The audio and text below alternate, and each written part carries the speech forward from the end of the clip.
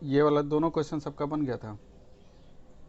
चलो देखते हैं इसको एक बार हम डिस्कस कर देते हैं। सबसे पहले हम लोग क्या करेंगे, एक बार तुम लोग पहले हिंज फोर्स के बारे में सोच लेना। हिंज फोर्स किधर लगेगा, तो हिंज फोर्स जब भी लगेगा प्लेन ऑफ रोटेशन में लगेगा, ठीक है। अगर हिंज फोर्स के बारे में नहीं सोचना चाहते हो तो हमेशा कोई भी डायरेक्शन मान सकते हो, हिंज फोर्स का कोई भी डायरेक्शन एज्यूम कर सकते हो, ठीक है। जैसे मान लो कि इसको अगर हम बोर्ड लेवल से अगर केवल अल्फा पूछा है तो तुम हिंज फोर्स नहीं दिखाओगे। अगर बोर्ड में इस सवाल को बना रहे हो और अल्फा पूछा है तो हिंज फोर्स को नहीं भी दिखाओगे तो काम चल जाएगा। लेकिन जब हम लोग नीट का सवाल बनाएंगे, जेईई मेन का बनाएंगे, जेईई एडवांस का सवाल बनाएंगे तो वहाँ हिंज फोर्स का कंसेप्ट कंपलसरी हो जाता है। तो अगर तुमको सबसे पहले देखो, हिंज फोर्स का जो डायरेक्शन होगा वो इसी प्लेन में लाई करेगा, जिस प्लेन में ये बॉडी रोटेट कर रहा है उस प्लेन ऑफ रोटेशन में हिंज फोर्स का डायरेक्शन होगा, ठीक है। तो हिंज फोर्स का डायरेक्शन तुमको थोड़ा बहुत पता चल जाएगा कि किधर होना चाहिए, ठीक है। तो हिंज फोर्स का डायरेक्शन क्या ले लोगे, किस तरफ लोगे? एक्चुअली देखो दोनों फोर्स इधर लग रहा है तो सेंटर ऑफ मास क्या होगा, दोनों फोर्स की वजह से सेंटर ऑफ मास को आगे जाना चाहिए था। लेकिन हम लोग जो ऑब्जर्वर है वो ऑब्जर्वर क्या ऑब्जर्व कर रहा है कि सेंटर ऑफ मास क्या है, रेस्ट में है। तो रेस्ट में अगर होगा तो ये ऑब्जर्वर क्या, क्योंकि ऑब्जर्वर अगर बना लोगे ना, थोड़ा सा बना लोगे तो तुमको विजुअलाइजेशन अच्छा होगा। तो ये ऑब्जर्वर देख रहा है सेंटर ऑफ मास रेस्ट में है, तो ये जबकि इस सेंटर ऑफ मास दो फोर्स एक्सपीरियंस कर रहा है, एफ और एक 2F, मतलब 3F इधर लग रहा है। तो इसको इधर ट्रांसलेट होना चाहिए था लेकिन ट्रांसलेट नहीं हो रहा। दैट मीन्स इस पर इस डायरेक्शन में एक फोर्स लग रहा होगा, इसको हम लोग नाम देते हैं RY। और एक RX इधर मान लो चाहे इधर मान लो, कहीं भी मान सकते हो। तो RX हम लोग क्या करेंगे, इस तरफ मान लेंगे, ये हम लोग का क्या है, RX है। तो ये RX मान लिए, RY मान लिए। और हिंज फोर्स का जो भी डायरेक्शन होगा वो इस डायरेक्शन में होगा, उसका दो कंपोनेंट होगा, RY और RX, ऐसे हम लोग मान लेंगे, ठीक है। नेक्स्ट इसके बाद क्या करोगे, अच्छा ये नॉर्मल फोर्स नहीं, ये ध्यान रखना है, नॉर्मल फोर्स नहीं, ये हिंज फोर्स है, ठीक है। तो हिंज फोर्स और नॉर्मल फोर्स दोनों में डिफरेंस है, ये ध्यान रखना, ठीक है। तो ये तुम्हारा क्या है, हिंज फोर्स है। अब देखो क्या होगा, अगर हम लोग इसको देखें ध्यान से तो यहाँ पर अब क्या करोगे, यहाँ पर इक्वेशन लिखेंगे इस पूरे बॉडी का, सेंटर ऑफ मास का इक्वेशन भी लिख सकते हो। पहले हम लोग पूरे बॉडी का लिखते हैं, तो पूरे बॉडी का इक्वेशन लिखोगे तो net torque acting on the body external torque equal to I alpha. तो ये बताओ इस बॉडी पर टॉर्क कौन एग्जर्ट करेगा, तो क्या बताए थे, याद है? सबसे पहले हम लोग सिस्टम डिफाइन करते हैं, नेक्स्ट उसके बाद हम लोग क्या करते हैं, सेंटर ऑफ रोटे, तो एक्सिस ऑफ रोटेशन, उसका एबीडी में ये सारा फोर्सेस प्लस एक नॉर्मल ऊपर लगेगा, एक एमजी क्या लगेगा, नीचे लगेगा, एबीडी बना दिए। और कौन सा फोर्सेस हम लग रहा है, और कोई फोर्स नहीं लग रहा, तो नेट टॉर्क में किसका कंट्रीब्यूशन होगा, नॉर्मल एमजी, ठीक है। तो हम लोग डायरेक्ट लिखेंगे नॉर्मल के कारण टॉर्क जो होगा प्लस एमजी के कारण टॉर्क होगा प्लस हिंज फोर्स के कारण टॉर्क होगा। हिंज फोर्स को आर से दिखाते हैं।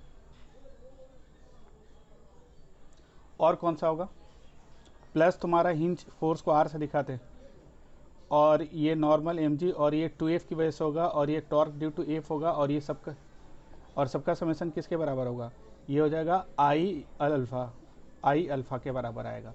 अब नेक्स्ट बताओ, नॉर्मल के कारण 0, एमजी के कारण 0, आर के कारण 0, तीनों सेंटर ऑफ रोटेशन से पास,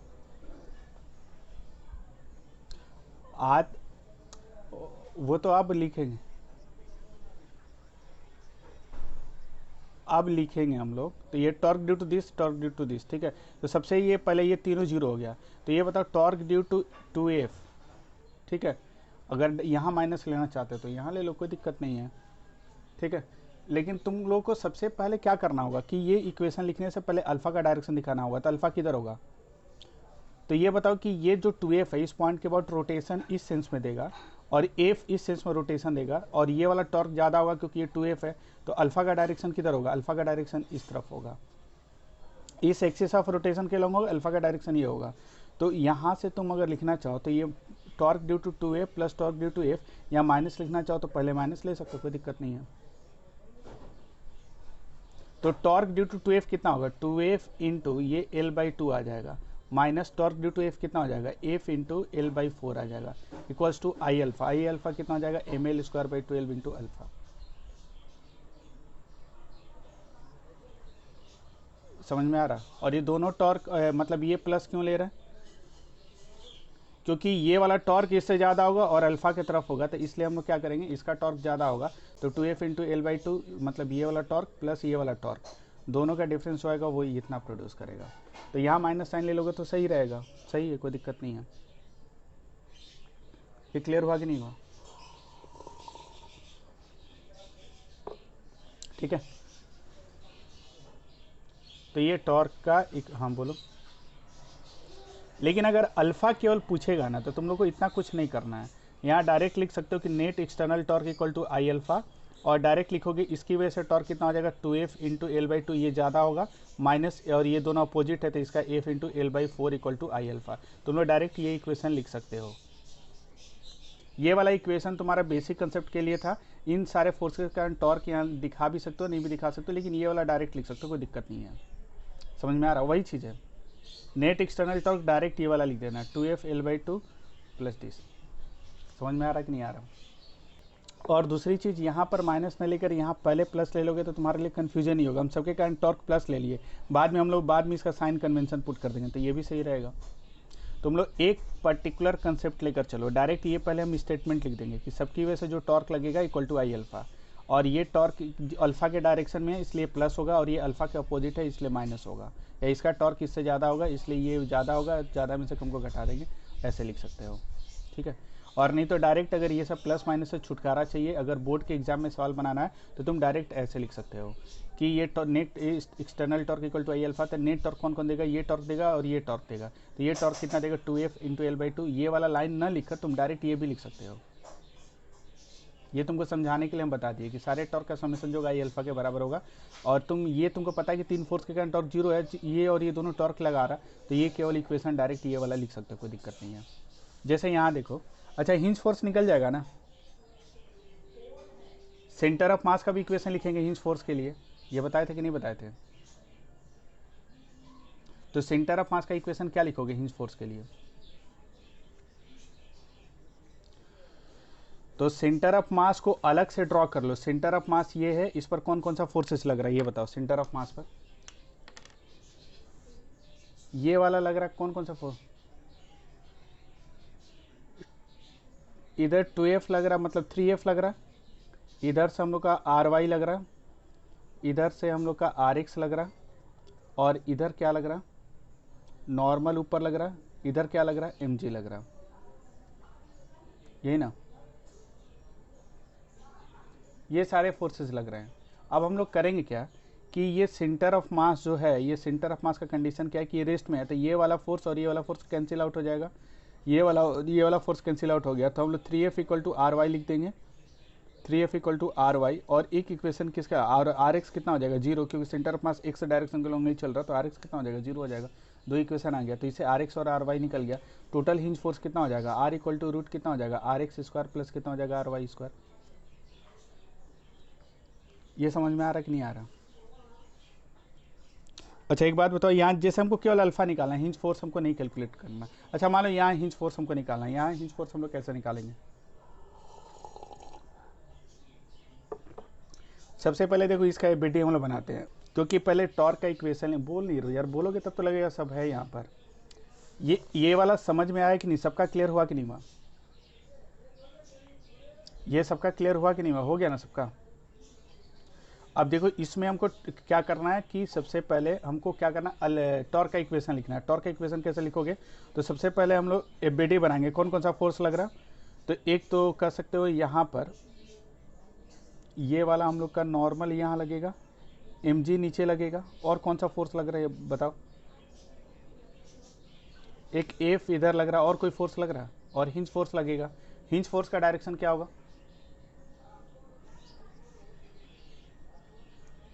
तो ये कर सकते हो सेंटर ऑफ मास में एक फोर्स इधर लग रहा था, हिंज फोर्स का एक कंपोनेंट हम इसके अपोजिट मान लिए आर वाई, और एक कंपोनेंट क्या मान लेंगे, इधर मान लेंगे आर एक्स। कोई भी डायरेक्शन मान सकते हैं, जो भी हिंज फोर्स होगा उसका डायरेक्शन क्या हमको एग्जैक्ट पता नहीं होता है, तो उसका दो कंपोनेंट मान लेते हैं, एक आर वाई होता है एक आर एक्स होता है, और इन दोनों का रिजल्टेंट आर होता है। तो रिजल्टेंट से मतलब नहीं है, दोनों कंपोनेंट से मतलब, तो आर वाई और क्या दिखा दिया आर एक्स। ये क्लियर हुआ सबका? एबीडी बना दिए, और एबीडी बनाकर टोटल इक्वेशन क्या लिखोगे, net external torque equal to कितना हो जाएगा आई अल्फा। तो नेट एक्सटर्नल टॉर्क कौन देगा?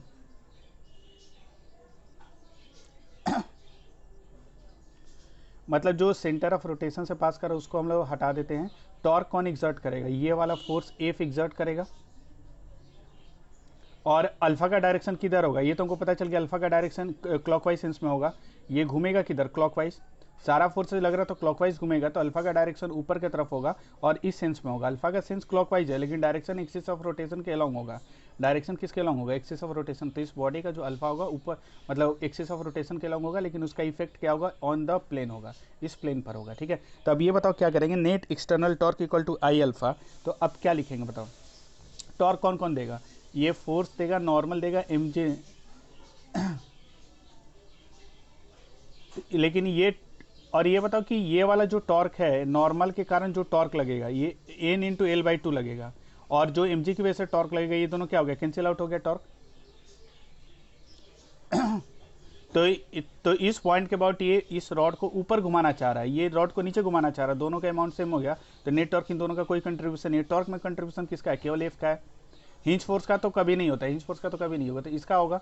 तो इसका क्या लिखेंगे, टॉर्क इसकी वजह से एफ इंटू क्या लिखोगे, ये वाला डिस्टेंस कितना हो गया, एल इक्वल्स टू आई, आई का मतलब एम एल स्क्वायर बाई कितना हो जाएगा 3, और अल्फ़ा, तो अल्फ़ा निकल के कितना आ जाएगा, अल्फ़ा आ जाएगा तुम्हारे 3f बाई एम एल आ जाएगा, ये निकल गया। तो नेट टॉर्क का इक्वेशन लिखते समय डायरेक्ट लिख दो, ये सब मत लिखो, ये वाला स्टेटमेंट मत लिखो, नहीं तो तुम लोग कन्फ्यूज़ कर जाओगे कि प्लस लेना है कि माइनस लेना है। हम डायरेक्ट यहीं से डिसाइड कर लेंगे, ये वाला हुआ कि नहीं हुआ। टॉर्क में जिसका कंट्रीब्यूशन है उसी को हम लोग यूज़ करेंगे। ठीक है, इसके बाद बताओ हिंज फोर्स कैसे निकालोगे। हिंज फोर्स तो हिंज फोर्स के लिए हम लोग क्या करेंगे, सेंटर ऑफ मास पर कंसंट्रेट करेंगे। तो सेंटर ऑफ मास पर कंसंट्रेट करो कि सेंटर ऑफ मास क्या कर रहा है। तो अगर ध्यान से देखोगे तो सेंटर ऑफ मास क्या कर रहा है, अगर इसको देखोगे कुछ नहीं कर रहा, ये सेंटर ऑफ, ये सर्कल में घूम रहा है भाई, centre of mass, centre of mass क्या कर रहा है, सर्कल में घूम रहा है। अब सेंटर ऑफ मास सर्कल में घूम रहा था, पहले इसका एबीडी बनाओ। सेंटर ऑफ मास का इक्वेशन लिखने के लिए इसका फ्री बॉडी डायग्राम बनाते हैं। जल्दी बताओ कौन कौन सा फोर्स लग रहा है इस पर।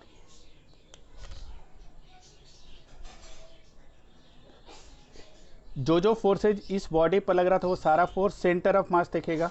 तो एक एफ इधर लग रहा, एक आर वाई इधर लग रहा, और एक आर एक्स इधर लग रहा, सेंटर की तरफ आर एक्स लग रहा, और क्या लग रहा, नॉर्मल लग रहा, और क्या लग रहा, और एक एम जी नीचे की तरफ लग रहा। बहुत आसान है यार। हम बॉडी का इक्वेशन लिखने के बाद तुमसे अल्फा ही पूछेगा, बोर्ड के एग्जाम में तो केवल अल्फा पूछेगा, लेकिन अगर एग्जाम में आर एक्स आर वाई पूछता है तो सेंटर ऑफ मास के इक्वेशन से हम लोग निकाल सकते हैं। तो सेंटर ऑफ मास का एबीडी बना दिए, और सेंटर ऑफ मास का एबीडी कैसे बनाओगे, सेंटर ऑफ मास पर जो फोर्सेज लग रहा है उसको ड्रॉ कर दो। कौन कौन सा फोर्सेज लग रहा है, ये जो बॉडी पर जितने फोर्सेज लग रहे थे सारे फोर्सेज इस पर लग रहे हैं। अच्छा ये बताओ कि जो ऑब्जर्वर देख रहा है सेंटर ऑफ मास को ऑब्जर्व कर रहा है, वो किस तरह का मोशन देख रहा है, वो मोशन देख रहा है सर्कुलर। अच्छा सर्कुलर मोशन देखेगा तो ये क्या कहेगा, इसके पास दो एक्सेलरेशन है, कौन कौन सा एक्सेलरेशन है बताओ। एक होगा 80, तो अच्छा ये किधर घूमेगा, घूमेगा इधर, तो इसका 80 इधर कहीं होगा, और AC किधर होगा, सेंटर की तरफ होगा। देखो इसको देखकर घबराना मत, ये बताए भी थे सर्कुलर मोशन में बताए थे, और एक बार पिछले क्लास में भी बताए थे कि इस जो पार्टिकल सर्कल में घूमता है उसके पास AC होता है और क्या होता है, AT होता है। तो इसके पास क्या होगा, एक AT होगा, इस तरह अगर सर्कल में घूम रहा है तो AT होगा और क्या होगा, AC होगा। तो इसका दो इक्वेशन आएगा। तो ये बताओ कौन कौन सा इक्वेशन आएगा, एक तो सेंटर का आएगा, एक टेंजेंशियल है। तो हम लोग क्या लिखेंगे, फॉर सेंटर के लिए क्या आ जाएगा equation, F net equal to mass into acceleration. और एफ नेट कितना लग रहा है बताओ, सेंटर की तरफ कौन सा फोर्स लग रहा है, आर एक्स लग रहा है। तो R X equal to mass into acceleration. Centripetal acceleration कितना होता है, आर ओमेगा स्क्वायर। अच्छा ओमेगा कब का है, इसी इंस्टेंट का जब फोर्स, तो ये इनिशियली रेस्ट में था और तब फोर्स लगाए थे, ये रॉड रेस्ट में था तब फोर्स लगाए थे, तो ओमेगा कितना होगा, ओमेगा तो जीरो होगा ना। तो इस इंस्टेंट और इसका ओमेगा कितना होगा सेंटर ऑफ मास का, बॉडी का ओमेगा जीरो है तो सेंटर ऑफ मास का ओमेगा भी कितना होगा, जीरो होगा। यार ये समझ में आ रहा क्या करें। तो ये वाला टर्म जीरो हो गया, तो आर एक्स कितना हो गया, जीरो हो गया। ठीक है। अच्छा एक बात बताओ, अब एक्चुअली देखो अगर हम लोग सेंटर ऑफ मास को देखेंगे तो सेंटर ऑफ मास के पास जो भी मतलब कह सकते हो आर एक्स का सेंटर का इक्वेशन क्या होता है, net force equal to mass into acceleration, और सेंटर की तरफ जो एक्सेलरेशन होता है AC होता है, और AC का वैल्यू कितना होता है, R ओमेगा स्क्वायर होता है।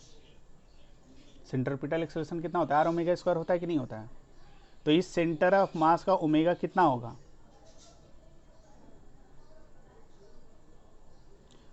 इनिशियल जो इसका ओमेगा होगा, रॉड का ओमेगा होगा, तो रॉड तो इनिशियली रेस्ट में रखा होता है, तब फोर्स लगाए थे, तब रोटेट कर रहा है। अल्फा उस इंस्टेंट है, लेकिन ओमेगा उसका कितना है, 0 है, क्योंकि उस समय रोटेट नहीं कर रहा था, T0 पर रोटेट नहीं कर रहा था।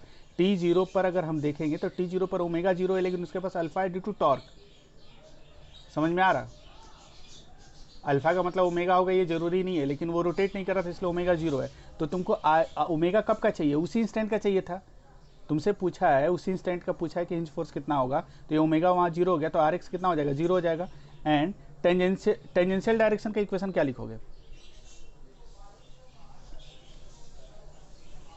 F minus R Y equal to कितना हो जाएगा, एम इंटू ए टी, क्योंकि इस डायरेक्शन टेंजेंशियल डायरेक्शन में एक F लग रहा है, RY लग रहा है, और एक्सेलरेशन इधर है, क्योंकि एक्सेलरेशन दो एक AT इधर होगा, तो यहाँ से क्या हो जाएगा, F RY equal to F minus M A T. अच्छा ये बताओ कि टेंजेंशियल एक्सेलरेशन कितना होगा, कौन बताएगा, R अल्फा, और अल्फा है कि नहीं है, अल्फा है, कितना है, एम, और R का मतलब क्या है, सेंटर ऑफ मास का डिस्टेंस, कितना डिस्टेंस होगा, L/2, एकदम सही। और अल्फा निकाल चुके हो यहाँ से, अल्फा कितना, 3F/ml। तो ये बताओ ये कितना हो जाएगा, L और L कैंसिल हो गया, और ये कितना हो जाएगा, M कैंसिल हो गया, तो ये कितना हो जाएगा, F माइनस 3F/2 आ जाएगा। तो ये कितना हो जाएगा, -F/2। नेगेटिव साइन क्या बता रहा है कि जो RY हम माने वो डायरेक्शन सही नहीं है, कौन सा डायरेक्शन है, ऑपोजिट होगा। देखो कितना इंटरेस्टिंग क्वेश्चन था ये। अल्फा बोर्ड में पूछेगा, अल्फा निकालने के लिए तुमको कोई दिक्कत नहीं है, लेकिन जब हिंज फोर्स पूछेगा या मतलब कॉम्पिटिटिव एग्जाम में, तो हिंज फोर्स निकालने का तरीका क्या है, सीधे सेंटर ऑफ मास का इक्वेशन लिखते हैं। और हाँ बोलो, ये सर्कल में, अरे हाँ वो सपोर्ट कर रहा है, अगर वो रेस्ट में होता तब नहीं ये दोनों बराबर होता है, तब इसका अपोजिट होता है, लेकिन ये तो 80 है, इसके पास अल्फा है तो 80 होगा, इस सेंटर ऑफ मास के पास क्या है, अल्फा है तो 80 होगा, इसलिए तुम्हारा RY इधर आ गया। तो इसलिए डायरेक्शन तुम कुछ भी मान लो, अकॉर्डिंग टू क्वेश्चन तुम्हारा ये बहुत अच्छा सवाल तुम लोग को मिल गया। यहाँ लिख सकते हैं, यार negative sign signifies that the actual direction of RY is opposite to the assumed direction, is opposite to the assumed direction। ये सब में थोड़ा सा कष्ट होगा तुम लोग को, लेकिन ये कष्ट तुम लोग के लिए बहुत फ़ायदा देगा अगर बहुत अच्छे तरह के सम्स को बनाओगे तब। देख लो ये क्लियर हुआ कि नहीं हुआ।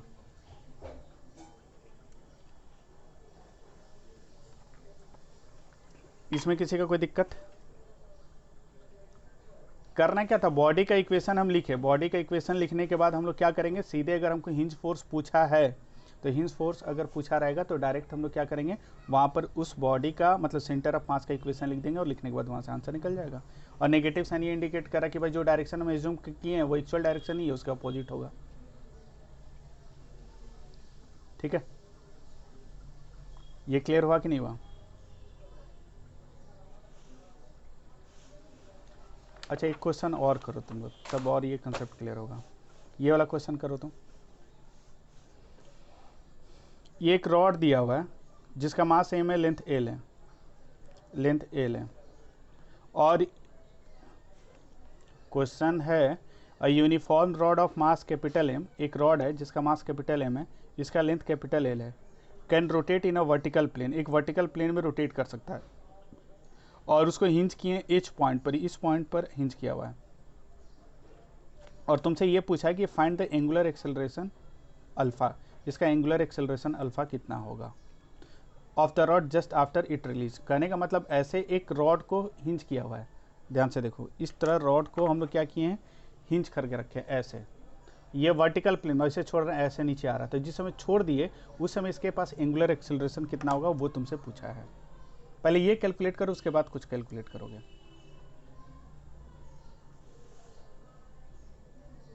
अच्छा मान लो केवल क्वेश्चन में अगर यही दिया रहता, ये पार्ट नहीं दिया रहता, हिंज फोर्स नहीं दिया रहता, अगर एंगुलर एक्सेलरेशन पूछता तो हम लोग कैसे निकालते?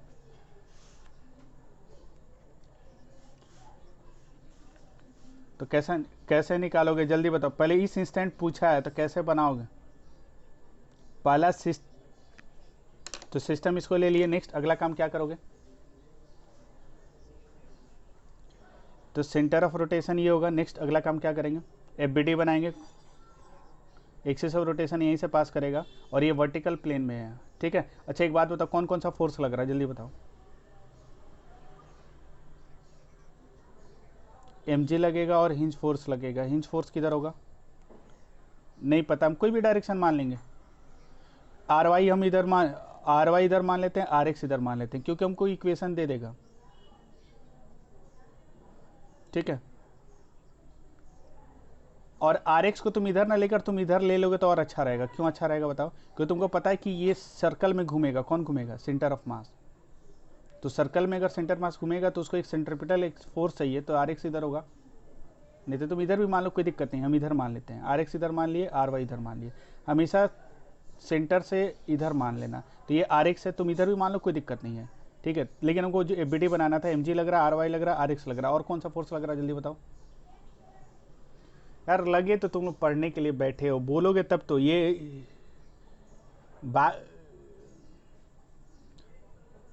और कोई फोर्स लगेगा? नहीं लगेगा, वर्टिकल प्लेन में है, नॉर्मल तो लगेगा ही नहीं। इसको नॉर्मल कभी मत, जमीन पर नहीं है तो ये इसको हिंज फोर्स कहेंगे, नॉर्मल फोर्स नहीं कर सकते, ठीक है। एमजी लग रहा है, आर वाई लग रहा है, आर एक्स लग रहा है। इसके बाद क्या करेंगे बताओ? इसके बाद अल्फा का डायरेक्शन दिखाएंगे, तो ये किधर घुमाने की कोशिश करेगा? तो ये क्लॉकवाइज, तो ये इधर घुमाने की कोशिश करेगा, तो एक्सिस ऑफ रोटेशन हम लोग का ये वाला होगा। अल्फा जो होगा इधर होगा, अल्फा इस एक्सिस के लॉन्ग होगा, अल्फा जो होगा इस एक्सिस के लॉन्ग होगा, लेकिन उसका रोटेशन का सेंस क्या होगा? क्लॉकवाइज होगा।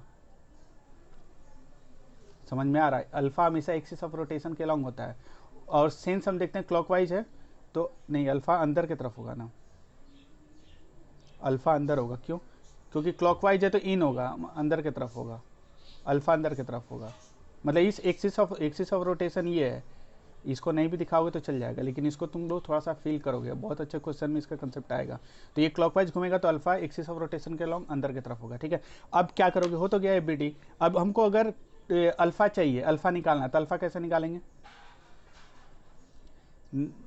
ने आई अल्फा, तो ये किसके अबाउट लिखोगे? लिखोगे सेंटर ऑफ रोटेशन के अबाउट। तो उस पॉइंट को डिफाइन करना होगा, किसके अबाउट लिख रहे हैं? इस सेंटर ऑफ रोटेशन के अबाउट लिख रहे हैं। बोल नहीं रहे हो यार, ये समझ में आ रहा सबको? तो अब बताओ क्या करोगे? टॉर्क कौन कौन दे रहा है? ये तीन ही फोर्स है, तो mg दे रहा था, सोच। तो mg इंटू क्या करेंगे बताओ? ये लाइन ऑफ फोर्स है, सेंटर ऑफ रोटेशन, ये परपेंडिकुलर डिस्टेंस है, ये डिस्टेंस कितना हो जाएगा? L/2, तो mg इंटू L/2 टॉर्क हो गया। इतना टॉर्क मिल रहा है इस रॉड को, और moment of inertia about this axis of rotation कितना हो जाएगा? ml²/3, और ये कितना हो जाएगा? अल्फा, क्योंकि वन एंड से पास करने वाले एक्सिस के बाद मोमेंट ऑफ इनर्शिया रॉड का ml²/3, तो ये वाला L और ये वाला कैंसिल हो गया, और ये वाला M और ये वाला M कैंसिल हो गया, तो ये कितना हो जाएगा? 3g/12,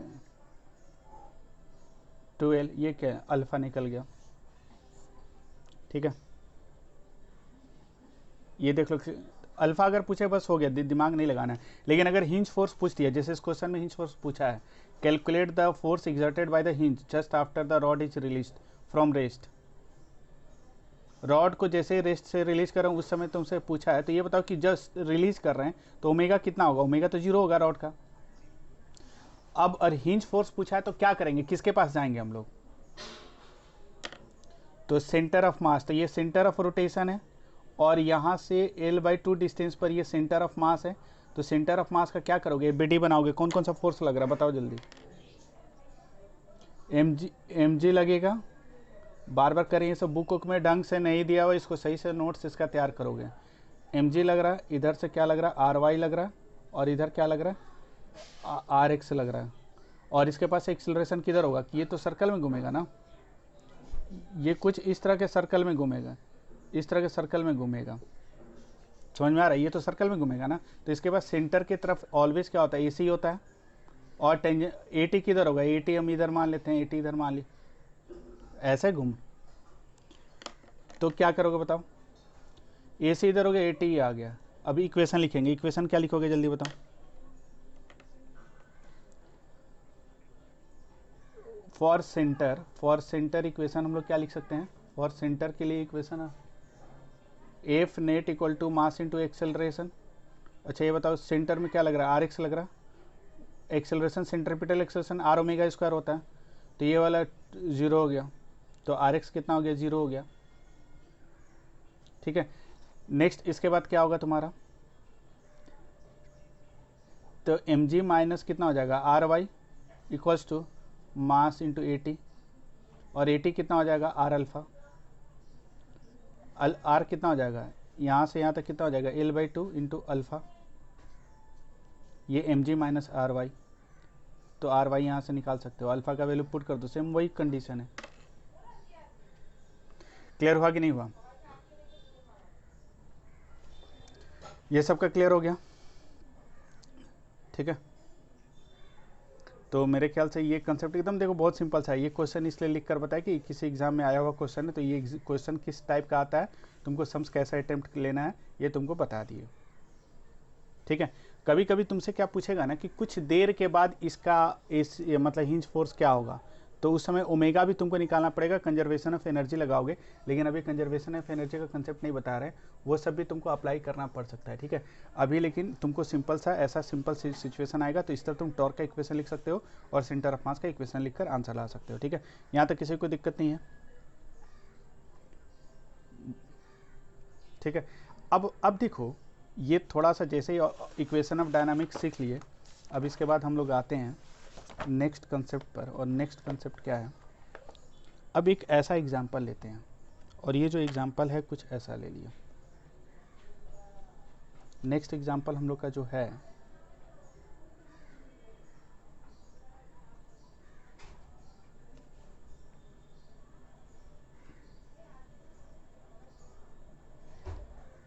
ये एक पुली ले लेते हैं,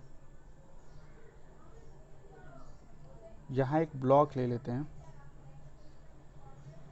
यहाँ पर एक ब्लॉक ले लिए, इसका मास है m2, इसका मास है m1। ठीक है, और दिया है कि इस पुली और रोप के बीच में फ्रिक्शन है। न्यूटन्स लॉज ऑफ मोशन में जो पुली लिए थे और यहाँ जो पुली लोगे, दोनों में डिफरेंस क्या है,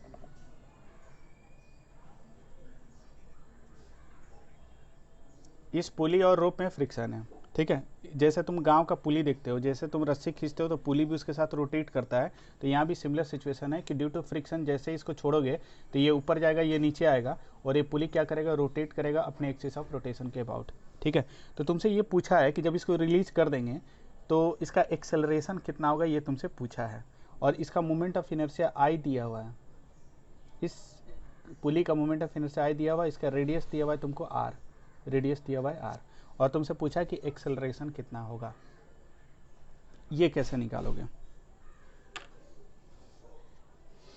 तो अब जो स्टेप्स बता रहे हैं उसको ध्यान से समझने की कोशिश करना। ठीक है, टॉर्क का कंसेप्ट तो सबको क्लियर हो गया, टॉर्क का कंसेप्ट सबका क्लियर है ना। अब ध्यान से देखो इसको कैसे बनाओगे, तो ये एक्चुअली देखो, तुम इस पूरे अरेंजमेंट को ध्यान से देखो, अगर इस पूरे अरेंजमेंट में देखोगे तब इसमें हम लोग अटेम्प्ट कैसे ले, लीनियर एक्सेलरेशन इन दोनों का कैसे निकालें। तो हमेशा क्या करना है कि पूरा का पूरा सिस्टम अगर हम लोग ऑब्जर्व करें, तो अगर ध्यान से देखोगे तो पहले आइडेंटिफाई करना है कि मोशन में कौन कौन सा ऑब्जेक्ट है। जो ऑब्जर्वर देख रहा होगा इस पूरे अरेंजमेंट को, वो ऑब्जर्वर क्या देख रहा होगा, किसको किसको मोशन में देख रहा होगा, तुम बताओ आर्यन मिश्रा, किसको किसको मोशन में देख रहा होगा। तो जो ऑब्जर्वर होगा, तो सिंपल सी बात, अगर जो ऑब्जर्व कर रहा है, जो ऑब्जर्वर जो हम लोग का फ्रेम है, मतलब जो मतलब कह सकते हो ऑब्जर्व कर रहा है, क्योंकि motion is the combined property, तो ये जब इस पूरे अरेंजमेंट को देख रहा होगा तो देखते समय ये इसको क्या दिख रहा है कि ऑलरेडी यहाँ पर 3 मूविंग सिस्टम है, एक ये और ये। लेकिन अगर जब इसको देख रहा है तो ये दिख रहा है कि ये सीधे ऐसे ट्रांसलेट कर रहा है, ऊपर जा रहा है, इसको देख रहा है नीचे जा रहा है, इसका ओरिएंटेशन नहीं बदल रहा है। तो ये जो ऑब्जर्वर है, ऑब्जर्वर इस तक कह सकते हो कि गेम चेंजर यही है। अगर इसको तुम भूल गए तो बहुत बड़ी दिक्कत होगा। तो ये ऑब्जर्वर कहेगा कि M1 और M2 जो है सिंपल ट्रांसलेट कर रहा है, लेकिन ये ऑब्जर्वर क्या दिख रहा है कि जो पुली है उसका ओरिएंटेशन टाइम के साथ क्या कर रहा है, बदल रहा है। जो पुली है उसका ओरिएंटेशन टाइम के साथ क्या कर रहा है, बदल रहा है। तो ये जो पुली है तो पुली कौन सा मोशन शो कर रहा है, रोटेट कर रहा। तो ये ऑब्जर्वर कहेगा कि जो अरेंजमेंट हम लोग लिए हैं इस क्योंकि देखो बार बार जब मोशन की बात होना, कोई भी जैसे ये सवाल तुम्हारे पास एकदम फ्रेश सवाल है, तुमको कुछ नहीं पता कि करना क्या है, तो तुम्हारे पास जो बेसिक नॉलेज है अकॉर्डिंग टू कह सकते हो कि मोशन, या कह सकते हो कि मोशन के बारे में जब भी हम लोग जानते हैं कि कंबाइंड प्रॉपर्टी होता है, तो पहले सोचना शुरू करो कि जो ऑब्जर्वर है रिजिड बॉडी यहाँ दिया हुआ है, तो वो पहले सारे ऑब्जेक्ट को देखेगा कि वो किस तरह के मोशन को शो कर रहा है। तो ये ट्रांसलेट कर रहा है, ये ट्रांसलेट कर रहा है, ये वाला जो पुली है, ये पुली क्या है, ये पुली हम लोग कह सकते हैं कि ये रोटेट कर रहा है, क्योंकि ये ऑब्जर्वर देख रहा है इसको रोटेट करते हुए देख रहा है, ठीक है। और इसको रोटेट करते हुए देख रहा है, लेकिन ये ऑब्जर्वर ये भी तो सोचेगा ना कि भाई रोटेट कर रहा है, ये किस तरह का रोटेशन शो कर रहा है, क्योंकि रोटेशन दो तरह का होता है, एक प्योर रोटेशनल मोशन होता है, एक रोलिंग मोशन होता है। अंकित ओझा हो कि नहीं हो तुम? तो ये बताओ कि इसमें कौन सा रोटेशन दिखेगा, इस पुली का कौन सा रोटेशन दिखेगा, प्योर रोटेशनल मोशन। क्यों, इसका रीजन क्या है, क्योंकि एक्सिस ऑफ रोटेशन इस पूरे बॉडी का जो होगा with respect to this observer ये बदल नहीं रहा है। इनर्शियल फ्रेम के रिस्पेक्ट में एक्सिस ऑफ रोटेशन क्या है, कांस्टेंट है, ये बदल नहीं रहा। तो ये इसको क्या दिखेगा, इसको सिंपल सा कहेगा कि प्योर रोटेशनल मोशन शो कर रहा है, ये इसको कहेगा ट्रांसलेट कर रहा है, इसको कहेगा ट्रांसलेट कर रहा है। जैसे ये आइडेंटिफाई कर लिया, अब ये कहेगा एक्सेलरेशन निकालना है, तो हमको न्यूटन के पास जाना ही पड़ेगा और न्यूटन्स लॉज ऑफ मोशन हमको अप्लाई करना होगा, मतलब इक्वेशन ऑफ डायनामिक्स हमको यूज करना होगा, क्योंकि एक्सेलरेशन अगर हमको चाहिए तो इसके लिए डायनामिक्स का इक्वेशन लिखेंगे, इसके लिए डायनामिक्स का इक्वेशन लिखेंगे, इसके लिए डायनामिक्स का इक्वेशन लिखेंगे। तो इसको इतना पता है कि जब इक्वेशन ऑफ डायनामिक्स लिखता है तो इक्वेशन ऑफ डायनामिक्स लिखने का इसका तरीका क्या है कि वो जानता है कि डायनामिक्स का इक्वेशन लिखने से पहले इस सिस्टम का एबीडी बनाना होगा, इस सिस्टम का एबीडी बनाना होगा, इस सिस्टम का एबीडी बनाना होगा। यार बोल नहीं रहे हो, बोलो, समझ में आ रहा है? वो सीक्वेंस को पकड़ो, जिस सीक्वेंस हम तुमको डिस्कस कर रहे हैं उस सीक्वेंस को समझने की कोशिश करो। तुम्हारे पास एक फ्रेश एग्जांपल आ गया, अब उसको हम कैसे डील करोगे, तुम जितना कुछ सीखो उसके थ्रू कैसे उसको इम्प्लीमेंट करोगे। तो ये ऑब्जर्वर देख रहा है कि तीन मूविंग ऑब्जेक्ट है, दो ट्रांसलेट कर रहा है, एक रोटेट कर रहा है, और वो जानता है कि इसका एक्सेलरेशन अगर हमको चाहिए तो हमको डायनामिक्स पार्ट यूज़ करना होगा, और डायनामिक्स में हमको इक्वेशन ऑफ डायनामिक्स यूज़ करना होगा, और इक्वेशन ऑफ डायनामिक्स का मतलब इसका इक्वेशन, इसका इक्वेशन, इसका इक्वेशन लिखना होगा। इन तीनों का इक्वेशन लिखने के लिए उसको पता है कि इनिशियल स्टेप क्या है कि सिस्टम डिफाइन करेंगे, नेक्स्ट तीनों सिस्टम का एपीडी बनाएंगे और तीनों सिस्टम का इक्वेशन लिख देंगे, मेरा आंसर आ जाएगा। क्या आ जाएगा जल्दी बताओ? प्रकाश, गुड, पढ़ाई लिखाई हो रहा तुम्हारा? हाँ बोलो बोलो बोलो।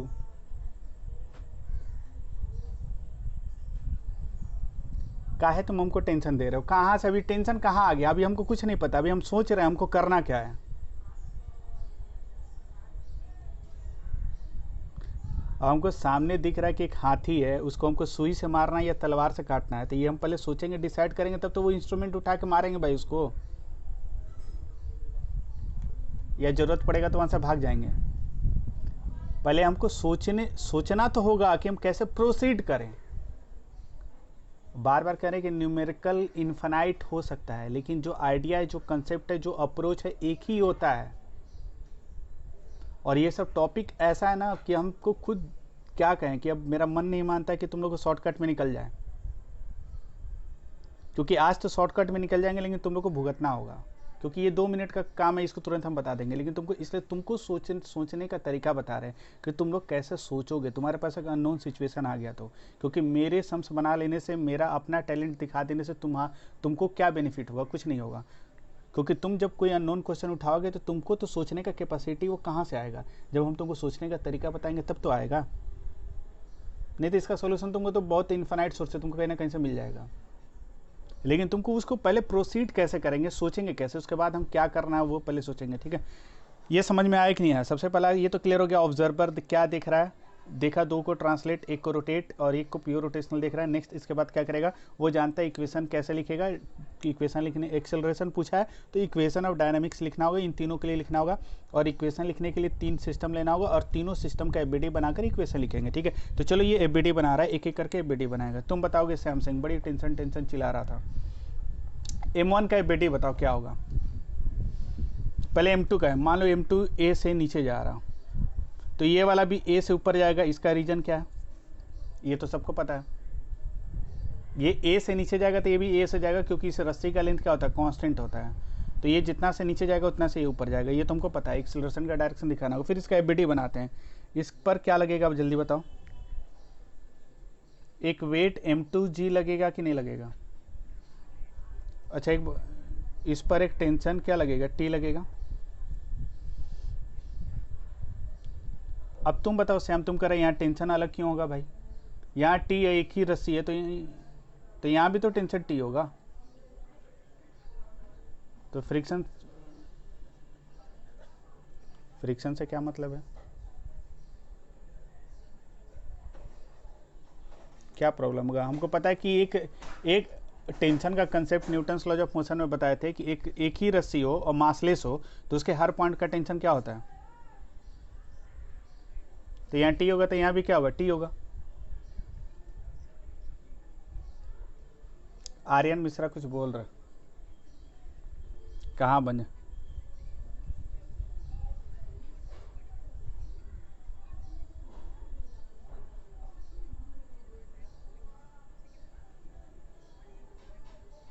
यहाँ से क्या है कि अगर टेंशन इक्वल ले लिए तो हम लोग के पास दिक्कत क्या आएगा। ये तो देख रहा था कि भाई अगर यहाँ फ्रिक्शन है तो ये पुली रोटेट करेगा, तो ये तो डेफिनेटली रोटेट करेगा। तो देखो कहाँ से डाउट आना शुरू होगा। तो पुली के बारे में सोचोगे तो पुली का जब एबीडी ये बनाएगा तो पुली पर कौन कौन सा फोर्स लग रहा है। पुली और रस्सी दोनों एक सिस्टम का पार्ट है, दोनों एक साथ अटैच्ड है। तो इस पुली पर एक टेंशन, 2 टेंशन लगेगा। अब देखो यहाँ दिक्कत क्या है कि एबीडी ये बना दिया, टेंशन लग रहा है, और यहाँ पर एक फोर्स लगेगा, ये हिंज फोर्स लगेगा, सपोर्टिंग फोर्स लगेगा। उसको ड्रॉ करना जरूरी नहीं है क्योंकि तुमको हिंज फोर्स नहीं पूछा है। हिंज फोर्स नहीं पूछा है तो तुम लोग को पहले भी बताए थे, यहाँ हिंज फोर्स दिखाना जरूरी नहीं है।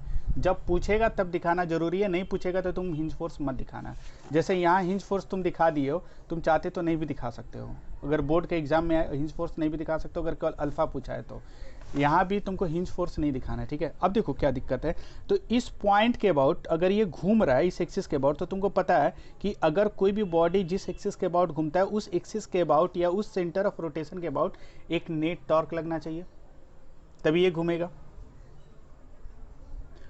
तो ये बताओ कि इस सेंटर ऑफ रोटेशन के अबाउट इस पुली पर टॉर्क कौन कौन एग्जर्ट कर रहा है। इसका वेट भी लगेगा, पुली का वेट नीचे है लेकिन वेट तो वहीं से पास कर रहा है, यहाँ सपोर्टिंग फोर्स वहीं से पास कर रहा है, दोनों के कारण टॉर्क 0 होगा। तो इस पूरे पुली पर टॉर्क लगाने वाले ये दोनों टेंशन है। और ऑब्जर्वर देख रहा है कि अल्फा से रोटेट कर रहा है। ऑब्जर्वर ये एक्चुअली रियलिटी में क्या देख रहा है कि ये रोटेट कर रहा है, लेकिन ऑब्जर्वर जब इसको देख रहा है कि रोटेट कर रहा है तो ये तो सोचेगा ना कि ये रोटेट कर रहा है, तो डेफिनेटली इस पर एक नेट टॉर्क लगेगा। तो ये क्या देखेगा, इस पर एक नेट टॉर्क लगेगा। तो नेट टॉर्क ये कैसे पता करेगा, तो ये देखेगा कि सेंटर ऑफ रोटेशन के बाद टॉर्क कौन लगाएगा, टॉर्क ये टी लगाएगा और ये टी लगाएगा। तो ये बताओ ये वाला जो टेंशन है टॉर्क इस सेंटर ऑफ रोटेशन के बाद किधर लगाएगा टॉर्क। ये जो टेंशन है इस सेंटर ऑफ रोटेशन टॉर्क किधर देगा, ये किधर घुमाएगा, ये घुमाएगा इस सेंस में क्लॉकवाइज। इसके कारण टॉर्क कितना होगा, इस टेंशन के कारण टॉर्क होगा T इंटू आर, और इसके कारण टॉर्क कितना होगा T इंटू आर होगा। लेकिन ये वाला टेंशन किधर घुमाएगा, ये टेंशन कह रहा है पुली को कि तुम इधर घूमो, ये वाला टेंशन कह रहा है कि तुम इधर घूमो, और दोनों का टॉर्क का मतलब दोनों का टॉर्क क्या है, सेम है। तो बैलेंस हो गया। तो ये रोटेट नहीं करना चाहिए। तो एबीडी से देख रहा है कि रोटेट नहीं करना चाहिए, लेकिन रियलिटी में रोटेट कर रहा है। दैट मीन्स इसके मन में डाउट आएगा। ये समझ में आया कि नहीं आया सबको। ये एक्चुअली क्या दिख रहा था कि यहाँ अगर यहाँ टी है, अगर यहाँ टेंशन टी है तो यहाँ भी टेंशन टी होगा, क्योंकि ये तो मासलेस स्ट्रिंग है। तो ये अगर यहाँ टी ले रहे हो तो यहाँ भी टी होगा, तो दोनों का टेंशन सेम ले लेते हो। तो उस कंडीशन में पुली का के बारे में हमको क्या पता चल रहा है कि पुली जो होगा उस पर 2 टॉर्क लग रहा है, एक ये टी की वजह से, इस टी की वजह से। ये जो टी टॉर्क लगाएगा T इंटू आर लगाएगा, T इंटू परपेंडिकुलर डिस्टेंस, और ये टॉर्क जो होगा इस पुली को इधर घुमाएगा, और ये वाला टॉर्क इस पुली को इधर घुमाएगा, और दोनों टॉर्क का अमाउंट सेम है, तो ये पुली घूमेगा ही नहीं। जबकि ये क्या देख रहा था, घूम रहा। इसका मतलब इसके मन में इसका ये तो सोचना शुरू करेगा ना कि कुछ तो गड़बड़ है, ये तो सोचना शुरू करेगा कुछ गड़बड़ है। और ये जरूर कहेगा कि ये दोनों टेंशन सेम नहीं होना चाहिए।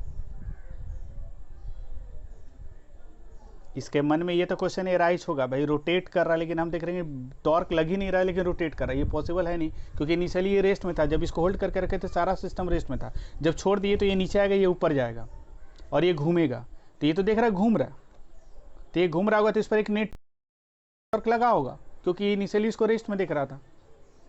तुमको तो कह रहा था कि ये पहले ऐसे होल्ड करके रखे थे और अचानक से छोड़ दिए। ये कंडीशन तुम्हारा बुक में नहीं लिखा हुआ रहता है, लेकिन इसको हमेशा विजुलाइज करना कि ये पूरा सिस्टम होल्ड करके रखे थे, इसको छोड़ दिए, तो ये छोड़ोगे तो कुछ सर्टेन टाइम इंटरवल में ये नीचे आएगा, ये ऊपर जाएगा और ये रोटेट कर रहा है, तब तुमसे पूछा कि एक्सेलरेशन कितना होगा। तो ये तो रोटेट कर ही रहा था अल्फा के साथ with respect to this observer, तो ये ऑब्जर्वर कहेगा कि इस पर टॉर्क लग ही नहीं रहा, रोटेट कैसे करेगा, रेस्ट में था तो रेस्ट में रहना चाहिए था, लेकिन ये रोटेट करा, इसका मतलब वो सोचेगा कि यहाँ जो टेंशन के कारण ये जो दोनों टेंशन है अगर बराबर होगा तो ये कभी रोटेट नहीं करता, लेकिन रोटेट कर रहा है इसका मतलब टेंशन दोनों बराबर नहीं है। ये क्लियर हुआ कि नहीं हुआ सबका? लेकिन अब सवाल ये उठता है कि अब ये कहेगा ठीक है, इसको एक हिंट मिल गया कि टेंशन बराबर नहीं है, लेकिन इससे सेटिस्फाइड नहीं है। अब ये सोचेगा टेंशन क्यों बराबर नहीं होगा, क्योंकि न्यूटन्स लॉज ऑफ मोशन में कहेगा संदीप सर तो ये पढ़ाए थे कि हर पॉइंट पर टेंशन सेम होगा, और अभी कह रहे हैं कि ठीक है इसका रोटेशन देकर करेंगे ये दोनों टेंशन अलग अलग होगा। अगर अलग है तो कुछ ना कुछ इसका बेसिक कॉज होगा। तो ये देख रहा है कि पुली रोटेट कर रहा, पुली और रस्सी, पहले न्यूटन्स लॉज ऑफ मोशन में क्या होता था, पुली रोटेट नहीं करता था, पुली ऐसे ही रहता था और ये रस्सी स्लिप कर जाता था, ये रस्सी क्या करता था इसके ऊपर स्लिप करता था, ये रोटेट नहीं करता था, फ्रिक्शन नहीं होता था, वो जस्ट इसके ऊपर स्लिप कर जाता था। लेकिन यहाँ जो पुली ले रहे हैं इस पुली, ये पुली क्या कर रहा है, रोटेट कर रहा है, इसका मतलब फ्रिक्शन है, तो इसका मतलब ये सोचेगा ना कि यहाँ जो इस रस्सी और पुली के बीच में जो फ्रिक्शन है वो कुछ ना कुछ हो सकता है कि वो फैक्टर क्रिएट कर रहा हो। तो वो करेगा क्या कि ज़्यादा दिमाग नहीं लगाएगा, एक छोटा सा पार्ट ले लेगा, और ये छोटा सा पार्ट किसका ले लेगा, रस्सी का ले लिया, मान लो ये जो रस्सी है इसका एक छोटा सा पार्ट ले लिया, ठीक है, और इस छोटे से पार्ट के बारे में सोचना शुरू किया कि छोटे से पार्ट पर कौन कौन सा फोर्स लग रहा है। तो ये बता सकते हो कौन कौन सा फोर्स लगेगा छोटे से पार्ट पर? अगर इस रस्सी का छोटा सा सेगमेंट लोगे, एक तो टेंशन टी लग रहा, और यहां पर कह सकते हो एक फ्रिक्शन लगेगा। फ्रिक्शन किधर लगे, अगर इसको हम बड़ा करके दिखा रहे हैं, ये पुली है और ये हम लोग का रस्सी है, रस्सी का एक छोटा सा सेगमेंट अगर हम ले लिए, तो ये जो छोटा सा सेगमेंट है इस पर एक टेंशन हम मान लेते हैं, यहाँ टी मान लेते हैं। अब ये बताओ, और ये जो रस्सी है इस पुली के ऊपर स्लिप करना चाह रहा है, तो यहाँ पर ड्यू टू स्लिपिंग इसके पास क्या होगा, इस पर एक फ्रिक्शन लगेगा, और कौन सा फ्रिक्शन होगा, स्टैटिक होगा या काइनेटिक होगा?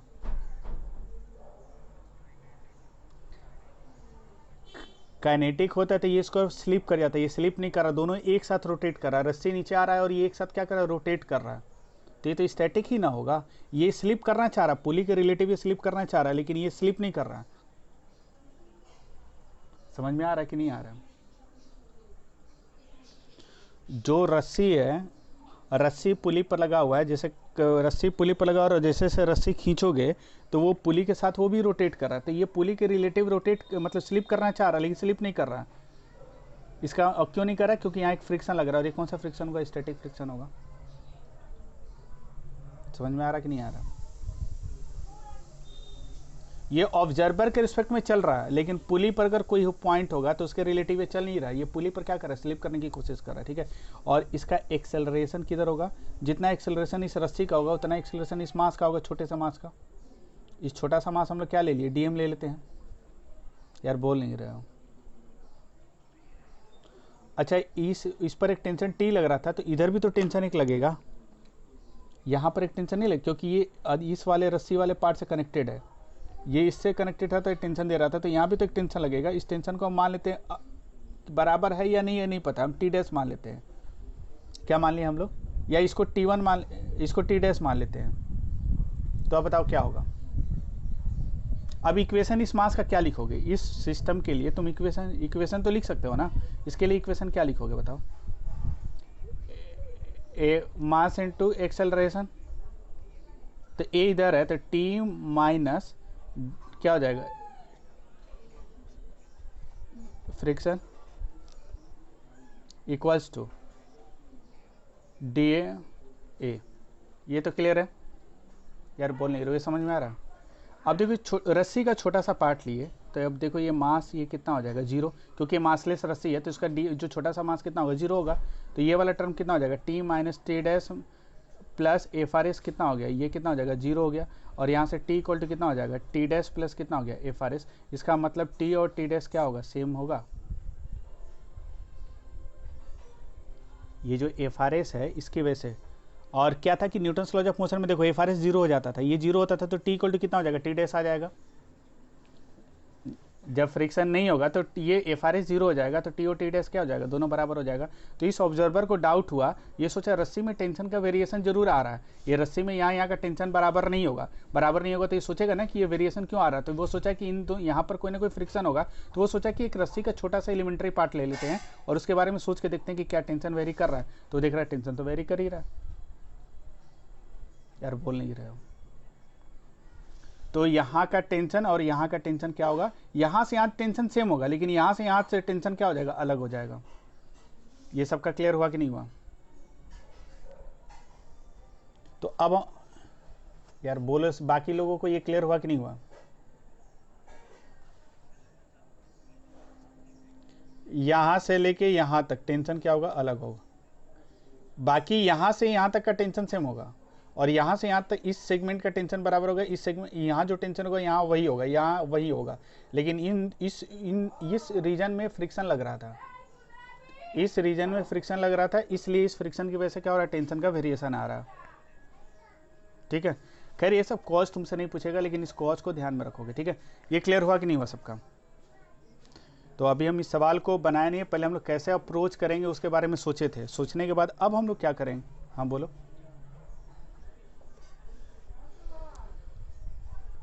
तुम खतरनाक अब कंसेप्ट पर मत आओ, अभी वो सब पर एकदम दिमाग मत लगाओ। ये फ्रिक्शन पॉजिटिव कर रहा है कि नेगेटिव वर्क कर रहा है, ये सब जब रोलिंग मोशन पढ़ाएंगे ना तो और मज़ा आएगा तुमको पढ़ने में।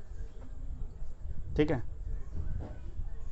अभी इस पर दिमाग मत लगाओ। ठीक है, ये क्लियर हुआ कि नहीं हुआ? क्योंकि एक जो कंसेप्ट हम सीख रहे हैं ना, हम लोग उसी पर अभी कंसंट्रेट करें। बाद में एनर्जी का कंसेप्ट हम लोग लेकर आएंगे इसमें, लेकिन अभी नहीं। ये वाला क्लियर हो गया सबका? यार बोल नहीं रहे हो। तो चलो अब देखते हैं हम लोग का जो ओरिजिनल सवाल था। अब हम लोग थोड़ा सा सही से एफबीडी बनाएंगे, और एफबीडी हम लोग कैसे बनाएंगे, ये वाला हम लोग पुली ऐसे ले लेते हैं, ये सेंटर इसका हो गया। ये वाला ब्लॉक हम लोग ले लेते हैं, इसका मास कितना था m1 लिए थे, इस ब्लॉक का मास कितना था, इस ब्लॉक का मास m2 था। नेक्स्ट इसके बाद हम लोग क्या करेंगे, अब इसका एफबीडी अब कैसे बनाओगे। अगर ये फ्रिक्शन लेस पुली नहीं है तब इसका एफबीडी जब बनाएंगे तो कैसे बनाओगे, जल्दी बताओ। सबसे पहले ऑब्जर्वर को भूल मत जाना। ऑब्जर्वर क्या दिख रहा था, ये 3 सिस्टम था, तीनों का एफबीडी बनाएगा। इस पर क्या दिख रहा है, एक m2g नीचे दिखेगा, एक टेंशन इस पर मान लेते हैं T1 इधर दिख रहा है, एक एक्सेलरेशन a इधर दिख रहा है, इसका एफबीडी बनाएगा m1g इधर लग रहा है, एक टेंशन T2 यहाँ ले लेंगे, दोनों टेंशन अलग अलग आएगा। ठीक है, और इसका एक्सेलरेशन a ऊपर होगा, इसका एफबीडी बनाएगा। इस पर कौन कौन सा फोर्स लग रहा है, जल्दी बताओ। इस पुली का एफबीडी बनाएगा, पुली पर कौन कौन सा फोर्स लग रहा है। यहाँ टेंशन T1 है तो इस पॉइंट पर टेंशन क्या होगा, अवे फ्रॉम दिस पॉइंट नीचे की तरफ होगा, और इस पॉइंट पर टेंशन कितना लगेगा, T2 लगेगा। और क्यों लगेगा, यहाँ से यहाँ तक टेंशन का वेरिएशन होगा ड्यू टू फ्रिक्शन।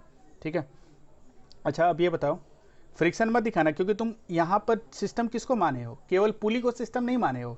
अगर कोई बोलता है कि नहीं पुली मेरा सिस्टम है, पुली सिस्टम नहीं है, पुली और रस्सी दोनों है। इसीलिए तो T1 पुली पर नहीं लग रहा, T1 रस्सी पर लग रहा है, T2 इस रस्सी पर लग रहा है, लेकिन तुम एक्चुअली किसको सिस्टम मान रहे हो, क्योंकि ये वाला जो सेगमेंट है हमेशा पुली के साथ अटैच्ड रहेगा। ये वाला लेंथ कभी भी चेंज नहीं करेगा, पुली के साथ ये वाला जो लेंथ है, ये वाला लेंथ कभी भी चेंज नहीं करेगा। इसका मतलब क्या है कि ये पुली के साथ ऑलवेज अटैच्ड रहेगा। तो ये पुली और इस रस्सी को एक सिस्टम मान रहे हैं, तो इस सिस्टम पर हम T1 T2 लग रहा है, और इसका एक्सेलरेशन क्या होगा, एंगुलर एक्सेलरेशन होगा। तो ये किधर रोटेट करेगा, तुमको पता है कि T1 T2 से क्या होगा, ज़्यादा होगा। अभी ना हम लोग देखे थे कि इधर वाला टेंशन इससे क्या होगा, ज़्यादा होगा, T equal to T dash plus F R S, मतलब इधर के टेंशन से ये वाला टेंशन क्या होगा, ज़्यादा होगा। तो ये वाला क्या हो जाएगा, ये वाला टेंशन ज़्यादा होगा, तो ये रोटेट किधर करेगा, ये बताओ। अल्फ़ा से इधर घूमेंगे, अल्फ़ा का सेंस इधर, ये सेंस दिखा रहे हैं, लेकिन एक्सिस ऑफ रोटेशन के लॉन्ग होगा alpha, alpha axis of rotation के लॉन्ग होगा, समझ में आ रहा। लेकिन अल्फ़ा का सेंस ये है। यहाँ तक क्लियर हुआ सबका। ये T1 है, ये T2 है, ये कितना हो गया, अल्फा हो गया। ठीक है, अब क्या करोगे, अब ये ऑब्जर्वर क्या करेगा भाई, सिंपल बताओ। और इक्वेशन लिखें। तो ये इसको अपने ऊपर कॉन्फिडेंस है, संदीप सर के ऊपर कॉन्फिडेंस है, बोलेगा नहीं चलो एक काम करते हैं इक्वेशन लिख देते हैं, आंसर आ जाएगा। जल्दी बताओ किसका इक्वेशन लिखेगा, इसका, इसका और इसका। पहले ब्लॉक का इक्वेशन क्या लिखेगा, जल्दी बताओ। पहले ब्लॉक पर net force equal to mass, तो ये T2 minus M1G equals to M1A। अच्छा इसका इक्वेशन क्या लिखेगा, इसका इक्वेशन M2A ये लिखेगा, ठीक है। देख लो कोई दिक्कत। और एक इक्वेशन लिखेगा, एक इक्वेशन ये मिला, दूसरा इक्वेशन ये मिला, तीसरा इक्वेशन कौन सा मिलेगा, पुली का। तो पुली का इक्वेशन क्या मिलेगा, अगेन फॉर पुली क्या होगा बताओ। तो net external torque equal to I alpha. तो नेट एक्सटर्नल टॉर्क कितना लगेगा, जल्दी बताओ। तो अल्फा जिधर होगा उसी तरफ का टॉर्क किसका, T1 का ज़्यादा होगा। तो T1 के कारण टॉर्क कितना हो जाएगा, T1 इंटू आर माइनस इसकी वजह से टॉर्क क्या होगा, क्योंकि ये तो इधर घुमाना चाह रहा है, ये इधर घुमाना चाह रहा है, दोनों का टॉर्क ऑपोजिट है। तो ज़्यादा कौन सा है, ज़्यादा इसका है, तो इसमें से इसको माइनस कर देंगे। तो T2R लिखने का तरीका देखो, और ये I दिया हुआ है और ये अल्फ़ा, ये कौन सा इक्वेशन हो गया, थर्ड इक्वेशन। यार बोल नहीं रहे हो। तो इसको इतना पता था ऑब्जर्वर को कि अगर हम 3 इक्वेशन लिखेंगे, संदीप सर बोले थे ये 3 इक्वेशन लिखने के बाद मेरा आंसर आ जाएगा। आएगा कि नहीं आएगा, नहीं आएगा, कहाँ से आएगा। अननोन काउंट करो तो कितना अननोन है, एक आई तो गिवन है, आई T2 अननोन है, ए भी अननोन है, अल्फा अननोन है, 4 अननोन है कहाँ, और इक्वेशन 3, 4 अननोन इक्वेशन 3।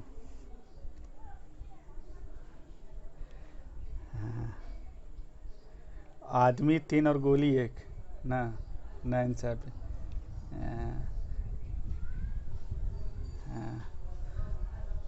बस तुम लोग यही सब। चलो देखो ये, अच्छा ये वाला समझ में आया कि नहीं आया, यहाँ तक ठीक है।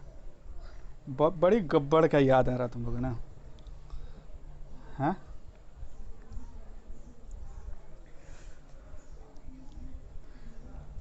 अरे ओ सांभा, सामने रहते ना तुम लोग, तो तुम लोग अच्छा से उपाय करते हम। सारा आदमी का तुम लोग क्या। अच्छा देखो ये वाला क्लियर हुआ कि नहीं हुआ, ठीक है ठीक है। अब ये बताओ कि यहाँ तक, मतलब सोचो उसका डायलॉग कितना फेमस है। केवल जब होली का समय आता है लोग पूछते हैं कि होली कब है, तुरंत उस मूवी का सीन याद आ जाता है।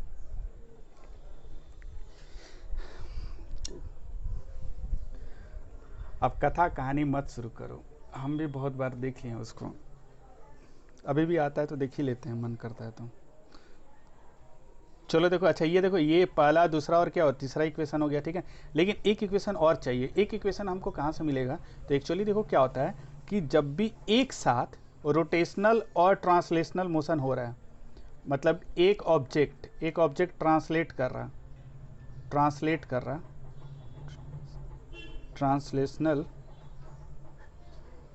ट्रांसलेशनल मोशन शो कर रहा है, और दूसरा ऑब्जेक्ट क्या कर रहा है, रोटेट कर रहा है, और ये दोनों एक दूसरे पर डिपेंडेंट है। ये ट्रांसलेशनल और रोटेशनल मोशन अगर डिपेंडेंट है, मतलब ये रोटेशनल और ट्रांसलेशनल अगर डिपेंडेंट है एक दूसरे पर, ठीक है। देखो है कि नहीं है। अगर हम इन दोनों को नहीं जाने देते तो ये रोटेट करता, अगर इन दोनों को जाने नहीं देते तो ये रोटेट नहीं करता, और इसको रोटेट नहीं, अगर इसको हम पकड़ लेते तो ये दोनों ट्रांसलेट करता, नहीं करता। इसका मतलब कि ट्रांसलेशनल और रोटेशनल मोशन दोनों एक दूसरे पर डिपेंड कर रहा है। तो जहाँ भी इस तरह का कनेक्शन आता है कि जहाँ ट्रांसलेशनल और रोटेशनल 2 डिफरेंट बॉडीज़ का अगर एक दूसरे पर डिपेंड कर रहा, तो वहाँ डेफिनेटली एक कांस्टेंट इक्वेशन आता है। कांस्टेंट इक्वेशन का मतलब क्या है कि कांस्टेंट इक्वेशन किसको कहते हैं? जो ट्रांसलेशनल और रोटेशनल मोशन को रिलेट करता है। कौन सा इक्वेशन आएगा बताओ? एक कांस्टेंट इक्वेशन आएगा जो ट्रांसलेशनल और रोटेशनल को क्या करेगा? रिलेट करेगा। तो यहाँ हम लोग लिख सकते हैं कि here translational motion and rotational motion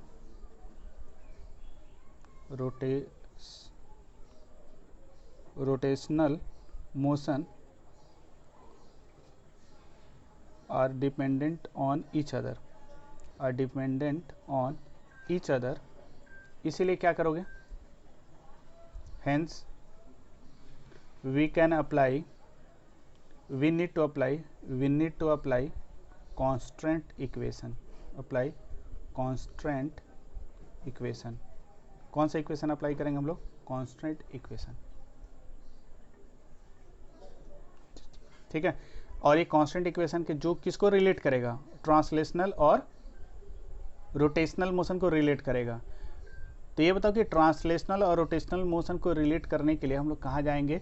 तो जहाँ पर एक्सेलरेशन, दोनों तरह का एक्सेलरेशन है। तो अगर ध्यान से देखोगे, जो पुली हम लोग के पास है, पुली अगर हम ले लें, पुली के बारे में सोच के देखो, जो पुली हम ले रहे हैं, पुली और ये रस्सी हम लोग ले लेते हैं, ठीक है। पुली और रस्सी को ध्यान से देखते हैं। तो ये बताओ कि पुली और रस्सी को ध्यान से देखोगे तो इस पुली का ये वाला पॉइंट और रस्सी का ये वाला पॉइंट, इसको हम ए मान लेते हैं और इसको हम बी मान लेते हैं। अच्छा एक बात बताओ, ये अगर इन दोनों, ये वाला जो पॉइंट ए है वो ए एक्सेलरेशन से नीचे आ रहा कि नहीं आ रहा? रस्सी का अगर ये पॉइंट ए से नीचे आ रहा तो ये पॉइंट भी ए से नीचे आ रहा होगा, हर पॉइंट ए से नीचे आ रहा होगा। और ये वाला जो पॉइंट है पुली पर ये वाला जो पॉइंट है, जो जिस पॉइंट को हम लोग क्या कर रहे हैं? बी कर रहे हैं। और इन दोनों के बीच में क्या रिलेशन है कि ये दोनों एक दूसरे के रिलेटिव क्या है? ये इसके रिस्पेक्ट में स्लिप कर रहा है कि नहीं कर रहा? नहीं कर रहा है, क्योंकि ये तो जस्ट इसके साथ ही घूम रहा है ना। इन दोनों, क्योंकि काइनेटिक फ्रिक्शन नहीं है, स्टैटिक फ्रिक्शन है, मतलब ये इसके रिलेटिव स्लिप करना चाह रहा है लेकिन स्लिप नहीं कर रहा है। तो मतलब कहने का मतलब क्या है कि इसका इस पॉइंट ए का एक्सेलरेशन और इस पुली का ये जो पॉइंट है, पुली का ये वाला पॉइंट का एक्सेलरेशन दोनों क्या आएगा? सेम आएगा। समझ में आ रहा क्या कर रहे हैं? यहाँ से अगर रस्सी का ये वाला पॉइंट और पुली का ये वाला पॉइंट ले ले तो ये दोनों पॉइंट एक दूसरे के रिलेटिव क्या है? दोनों के बीच में कोई रिलेटिव मोशन नहीं है, कोई रिलेटिव मोशन नहीं है। तो हम लोग ऐसे लिख सकते हैं, there is no relative motion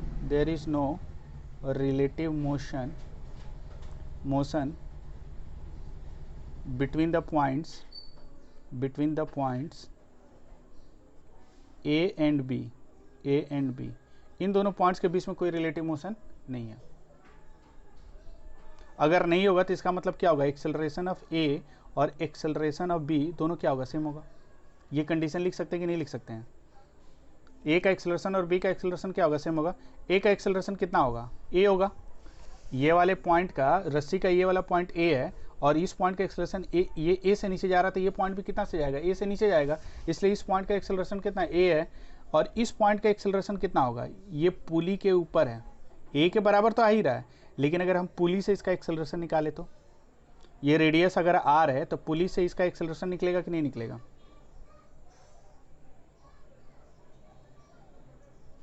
इसका दो एक्सेलरेशन है भाई, एक सेंटर की तरफ है और एक टेंजेंशियल है।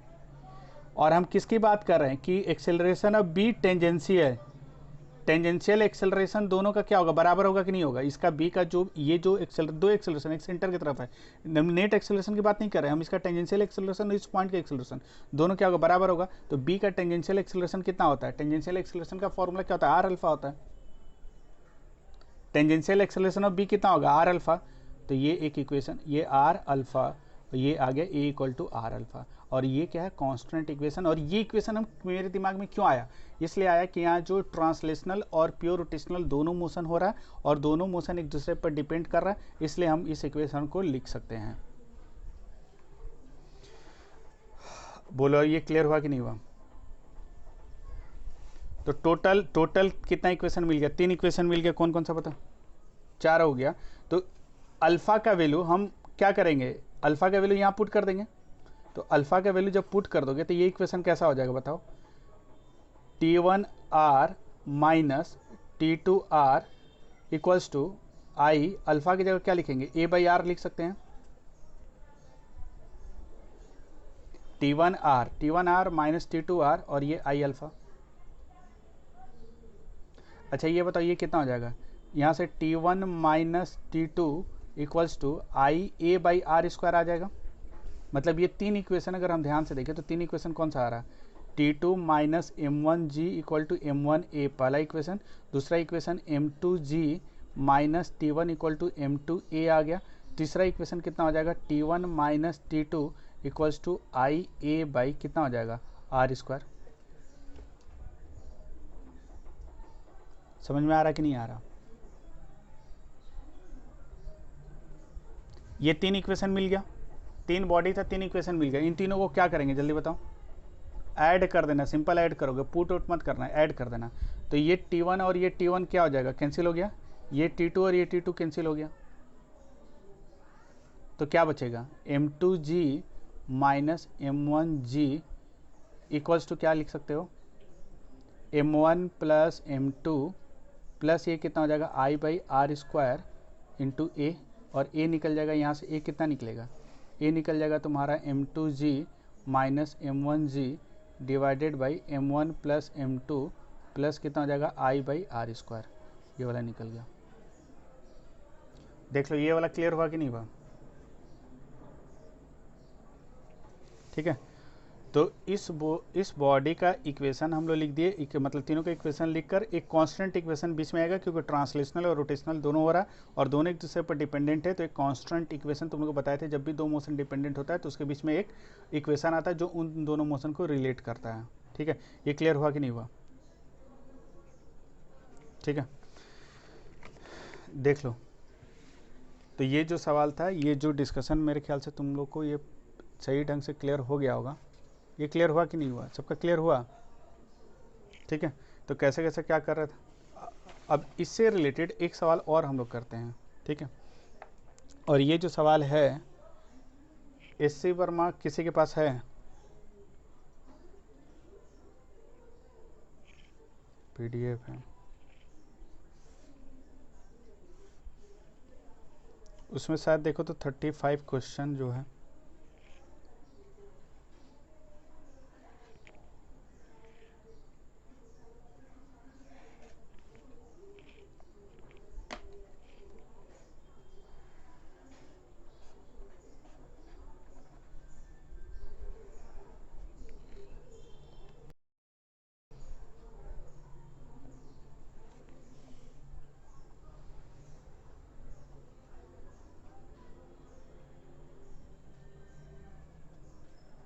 चलो इसको बनाता हूँ। करेक्ट एक्सेलरेशन पूछा है, देखो तो शायद यही था। इसका मोमेंट ऑफ इनर्शिया शायद I1 है, 35 होगा शायद, देखो तो।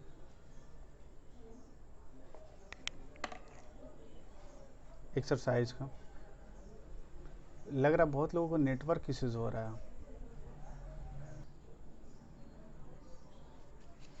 एक्सेलरेशन निकालना इस ब्लॉक का। जैसे देखो ये क्या बोले थे, है नहीं, ये रोटेट कर रहा, मोमेंट ऑफ इनर्शिया दे दिया मतलब फ्रिक्शन है, बोलेगा नहीं। ये moment of inertia I1 I2 दिया मतलब फ्रिक्शन है, रोटेट कर रहा है। इसका स्मॉल आ रहा है, इसका कैपिटल आ रहा है। एक्चुअली देखो shortcut Newton's laws of motion में तुम लोग को बताए थे कि नहीं बताए थे, याद है कुछ?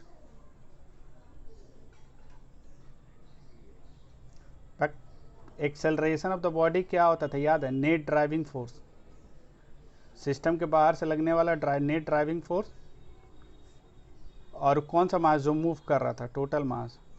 और नेट ड्राइविंग फोर्स कैसे डिसाइड करते हैं, जैसे ये सेम कंसेप्ट यहाँ भी लिख सकते हो, बस एक कंसेप्ट याद रखना। जैसे देखो अगर तुम लोग शॉर्टकट के चक्कर में पढ़ते हो ना, क्या हम बोले, शॉर्टकट तुम इसका यूज कर सकते हो कि, लेकिन शॉर्टकट जैसे इसका मान लो कि हम लोग क्या करेंगे, ये M1 है, न्यूटन्स लॉज ऑफ मोशन में बताया था, वही कंसेप्ट यहाँ भी लगा सकते हो शॉर्टकट। इसमें क्या है कि यहाँ पर एक्सेलरेशन निकालना है, तो ये बताओ कि इस एक बाउंड्री बना देना, इस बाउंड्री के बाहर से सिस्टम के अच्छा पहले इसके बारे में सोचो ना रे भाई, पहले तुम बताओ मोशन, पहले ये बाउंड्री एक बना देंगे, इस बाउंड्री के बाहर से कौन सा फोर्स लग रहा है जो इस पूरे सिस्टम को मोशन में सेट कर रहा, जो मोशन में सेट कर रहा है वो कौन सा?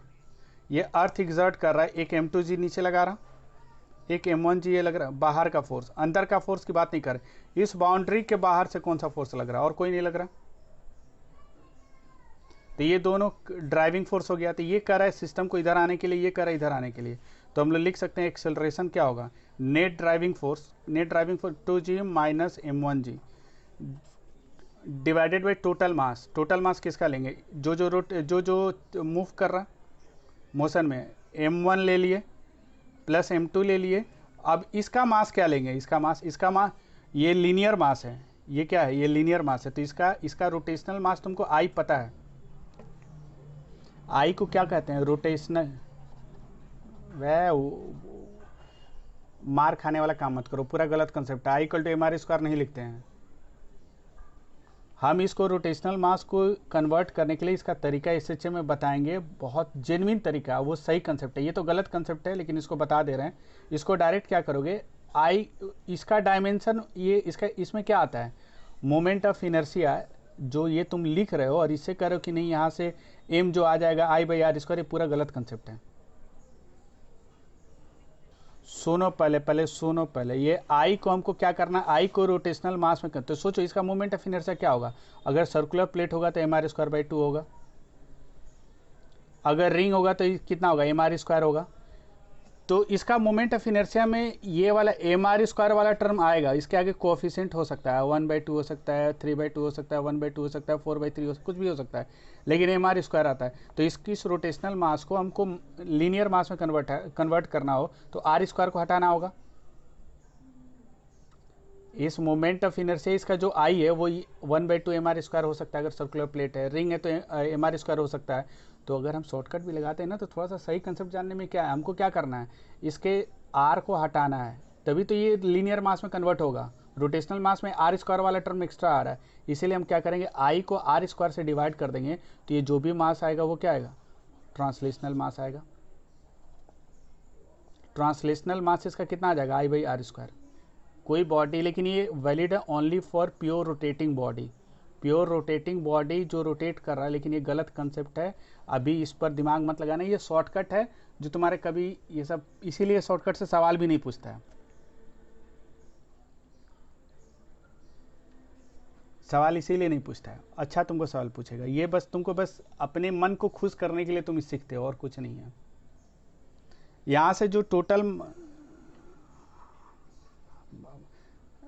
इंग्लिश आप बोलते हो ना तो और हमारा माथा खराब हो जाता है। देखो पहले mt = I/r², ठीक है। तो इस बॉडी का जो मास होगा वो कितना होगा, I/ कितना हो जाएगा, r² हो जाएगा। तो एक्सेलरेशन इसका निकल गया। ये गलत कंसेप्ट है लेकिन काम में आ जाएगा तुमको, ठीक है। अच्छा एक बात बताओ, इसका हमको डायरेक्ट आंसर निकालना है, तो डायरेक्ट आंसर इसका हम निकाल सकते हैं, कैसे निकालोगे, एक्सेलरेशन कितना होगा, इस पूरे सिस्टम पर बाहर से कौन सा फोर्स लग रहा है, कौन सा लग रहा है, mg लग रहा है। तो mg ड्राइविंग फोर्स है, बाई मास किसका लेंगे, इसका मास लेंगे। इसका मास कौन सा, इसका मास कितना लेंगे, इसका मोमेंट ऑफ इनर्शिया I1 है, तो इसको r² से डिवाइड कर देंगे, इसका प्लस इसका ट्रांसलेशनल मास कितना होगा, I2/r। हो गया आंसर, खुश हो जाओ, बन गया। ऐसा कुछ नहीं है कि ये गलत आंसर से, आंसर सही है, कोई दिक्कत नहीं है, यूज कर सकते हो। कंसेप्ट भी केवल यहाँ ध्यान रखना है कि ये वाला अगर ध्यान रखते हो कि this is only for pure rotational motion, लेकिन जो रोल करेगा तब उस केस में अगर ये लिख दोगे ना तो ये पूरा गलत हो जाएगा। हम तुमको रोलिंग वाला भी कंसेप्ट देंगे जो कोई नहीं बताता है। इसका मास कितना होगा, m होगा, ये तो ट्रांसलेट कर रहा है, ये रोटेट कर रहा है, तो रोटेशनल का ट्रांसलेशनल मास कितना होगा, उसके मोमेंट ऑफ इनर्शिया को इसके रेडियस से डिवाइड कर देंगे। लेकिन कंडीशन ये कि ये स्पिन करे, प्योर रोटेशनल मोशन शो करे, और ये भी प्योर रोटेट, हाँ बोलो। और इसका मोमेंट ऑफ इनर्शिया कितना I2 है, तो I2/ कितना हो जाएगा, r² हो जाएगा। बस हो गया, बोलो।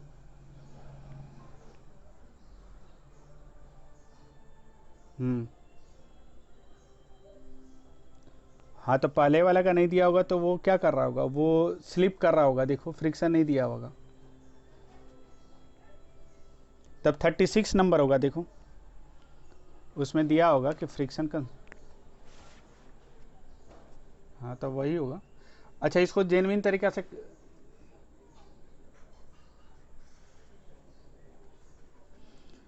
अच्छा चलो इसको जेन्युइन तरीका से कैसे बनाएंगे, ये सब तरीका भूल जाओ, ये सब भूल जाओ, मेन जो कंसेप्ट है उस पर आओ।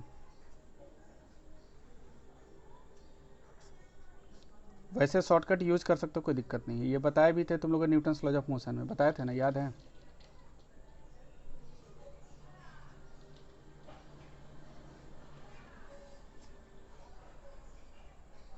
नहीं उसमें कुछ नहीं लगा, इसमें रैप किया हुआ है, बांधा हुआ है। Total mass of the moving bodies, मतलब जो मोशन में है। चलो इसके बारे में देखो, इसको जेन्युइन तरीके से कैसे बनाएंगे।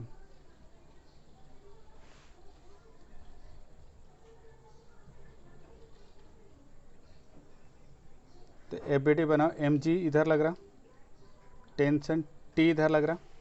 अच्छा एक बात बताओ, यहाँ टेंशन टी इधर लगेगा, इसको T1 ले लेते हैं, यहाँ क्या होगा, ये फ्रिक्शन है तो यहाँ टेंशन T2 हो जाएगा, यहाँ टेंशन कितना हो जाएगा, T2 हो जाएगा, और एक्सेलरेशन इसका ए नीचे हो जाएगा। इसका एक्सेलरेशन किधर होगा, अगर ये नीचे जाएगा तो ये कुछ ऐसे घूमेगा, ये कुछ ऐसे घूमेगा, और ये भी ऐसे घूमेगा। इसका अल्फ़ा 2 होगा, इसका अल्फ़ा 1 होगा, दोनों का अल्फ़ा सेम नहीं होगा। बहुत लोग गलती क्या करेंगे, दोनों का अल्फ़ा सेम ले लेंगे, अल्फ़ा दोनों का अलग अलग रोटेटिंग बॉडी है तो दोनों का क्या होगा, अलग अलग होगा। एंगुलर एक्सेलरेशन क्या होगा, दोनों पर टॉर्क अलग है, दोनों का मोमेंट ऑफ इनर्शिया अलग है, तो क्या होगा, दोनों का अल्फा क्या होगा, सेम तो नहीं ना होगा भाई, दोनों पर टॉर्क अलग है, दोनों अलग अलग ऑब्जेक्ट है, तो दोनों के पर क्या होगा, अल्फा 1 और अल्फा 2 क्या होगा, अलग अलग आएगा। अब क्या करोगे, अब इन सब का इक्वेशन लिखना है, इक्वेशन कैसे लिखोगे जल्दी बताओ, फटाफट बताओ। इसका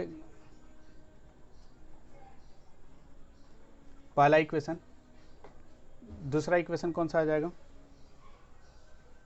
इसका इक्वेशन, कौन कौन सा टॉर्क लग रहा है, ये T2 लगाएगा और ये T1 लगाएगा, तो अल्फा इधर है तो T1 का टॉर्क भी इधर होगा, T2 का टॉर्क इधर होगा, कौन सा ज़्यादा होगा, T1 into small R minus T2 into, और ये कितना हो जाएगा, I into alpha 1, second equation.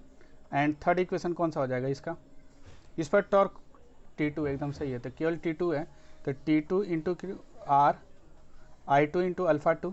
लेकिन अब सोचो क्या होगा, ट्रांसलेशनल और रोटेशनल को रिलेट करना होगा, तो कैसे रिलेट करोगे,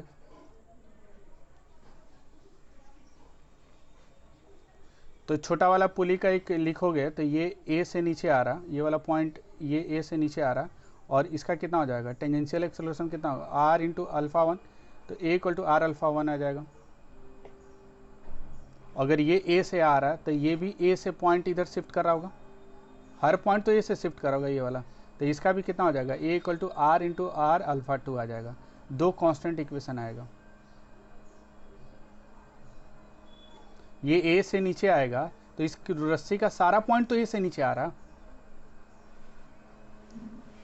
तो ये एक इक्वेशन आएगा, एक इक्वेशन आएगा, सबको पुट कर दो, वहां से बन जाएगा।